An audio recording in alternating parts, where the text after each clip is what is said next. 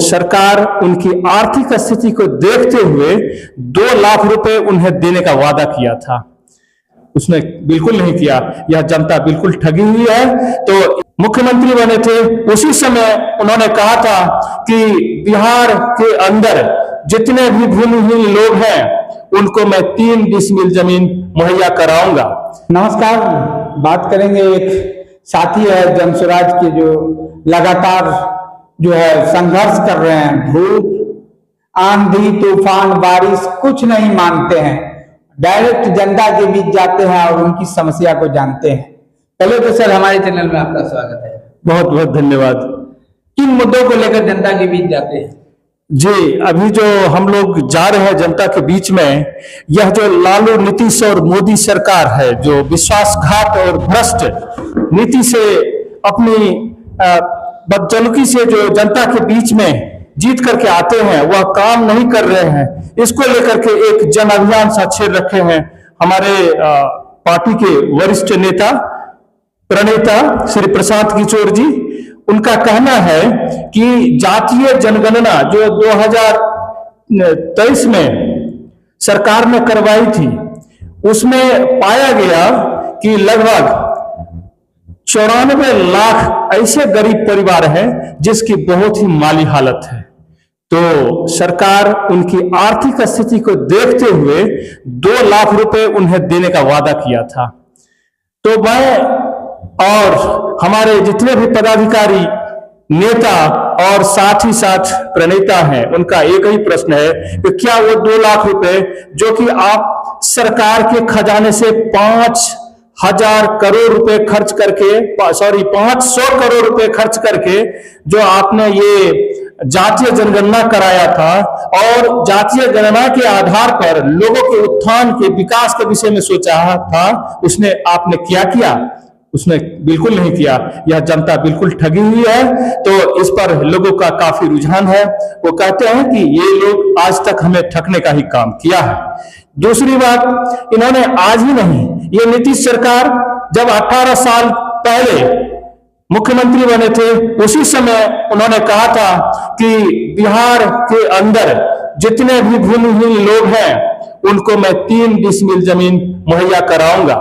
तो उसमें भी उन्होंने लगभग 50 लाख लोगों को चिन्हित किया था। इसमें से मात्र 2 से 2.25 लाख लोगों को ही यह जमीन मुहैया करवाया है, लेकिन उनका अभी भी दखल कवच नहीं हुआ है, क्योंकि ये भ्रष्ट अधिकारी उन्हें इतना परेशान कर देते हैं कि उनको बेदखल ही रखे हैं।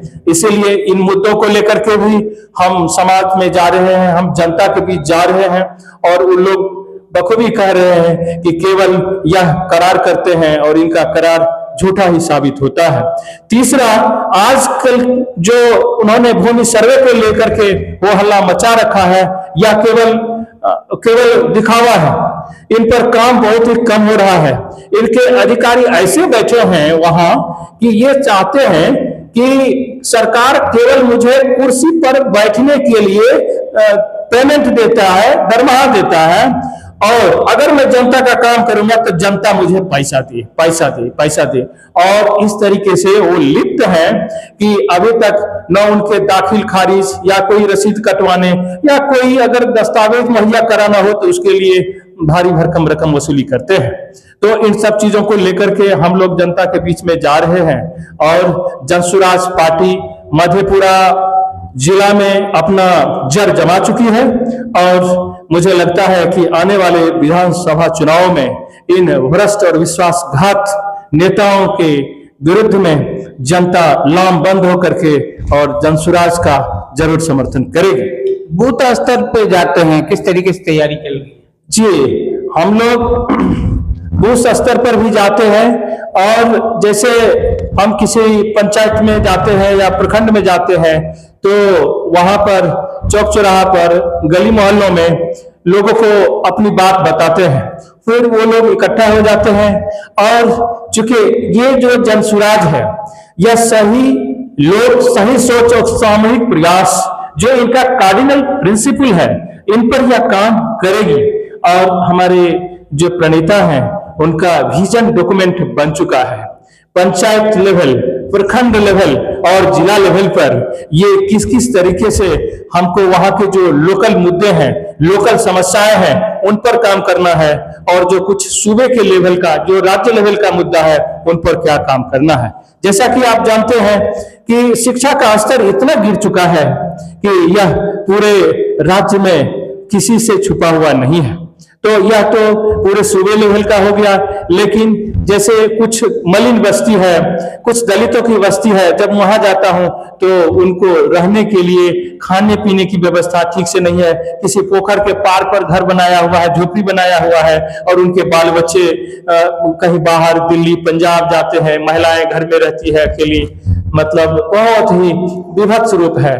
उनको ठीक ढंग से एक मानव का जीवन भी व्यतीत नहीं कर पा रहा है। इसीलिए हम लोगों ने ठाना है कि अब हम नहीं सहेंगे, अब हम इन सरकार को उखाड़ फेंकेंगे और एक नई सरकार बनाकर और लोगों का कल्याण करेंगे, जो पीड़ित मानवता है इसका सेवा करेंगे।